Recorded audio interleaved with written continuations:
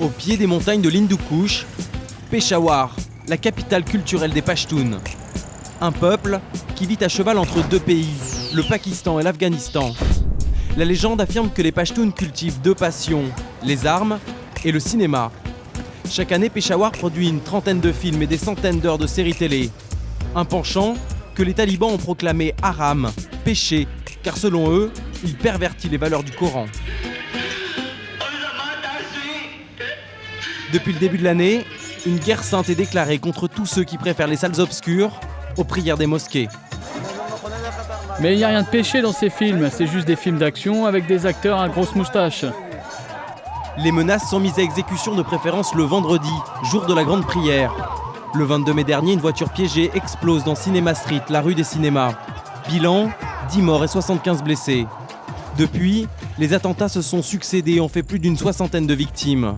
Aujourd'hui, les salles ferment les unes après les autres, au grand bonheur des talibans.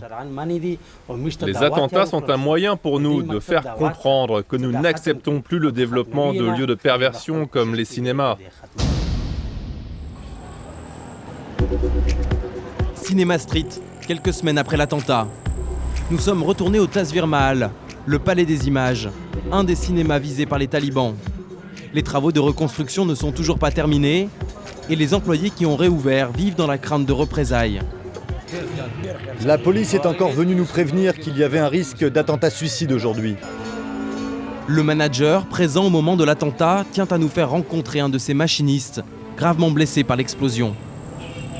Tu vas bien aujourd'hui ? Oui, ça va. On fait aller. Dans l'attentat, j'ai perdu l'usage de mes jambes. Sur celle-ci, il me manque toute une partie d'os. Et sur l'autre, je n'ai plus aucune sensation. J'ai perdu ma cheville. Mais j'ai de la chance, parce qu'il y a eu 10 morts, et moi, je n'ai été que blessé.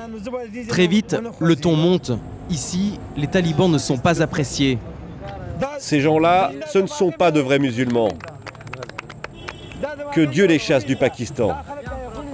C'est dans cette rue, où se concentrent la plupart des cinémas de la ville, que les talibans ont décidé de faire régner leur loi. Quelques mètres plus loin, une autre salle a été prise pour cible. Ici, il y avait le plus vieux cinéma de la ville, mais il a été détruit par un attentat.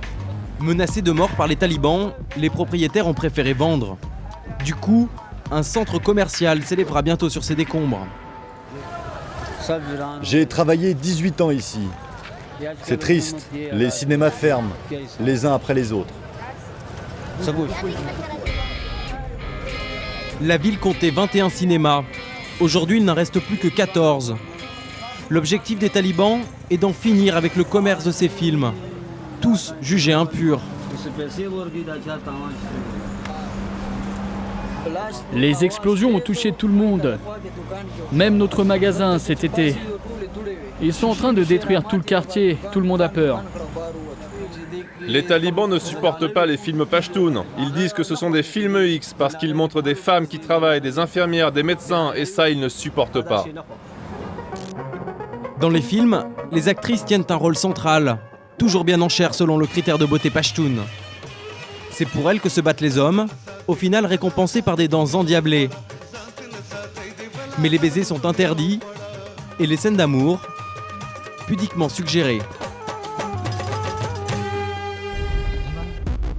Nous avons voulu assister à un tournage. Un rendez-vous nous a été donné dans un village à une vingtaine de kilomètres de Peshawar. Jusqu'au dernier moment, l'adresse a été tenue secrète. Vite, vous êtes attendus. Car les talibans ne s'en prennent pas qu'au cinéma. Ils s'attaquent également aux acteurs. C'est derrière les murs de cette maison, à l'abri des regards, que se tourne un des prochains films pashtuns.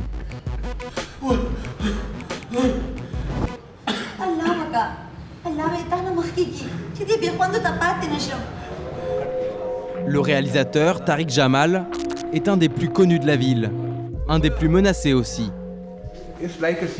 Un tournage, c'est comme une opération secrète. Vous savez, si quelqu'un apprend que nous sommes en train de travailler ici, et qu'ils viennent et qu'ils jettent une grenade dans le jardin, qui sera responsable ? Qui sera responsable pour leur vie ? C'est pour ça qu'on travaille caché.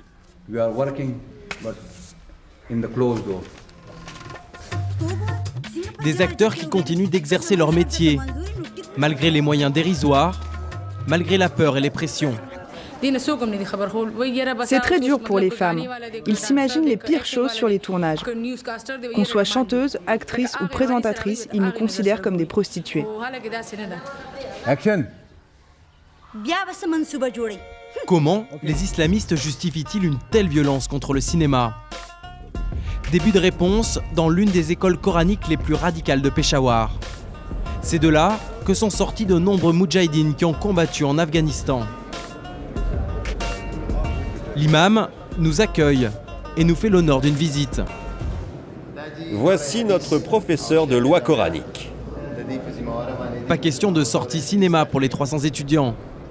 Mais comme nous allons le découvrir, toutes les vidéos ne leur sont pas interdites. On n'a pas le droit de voir des films où il y a des femmes.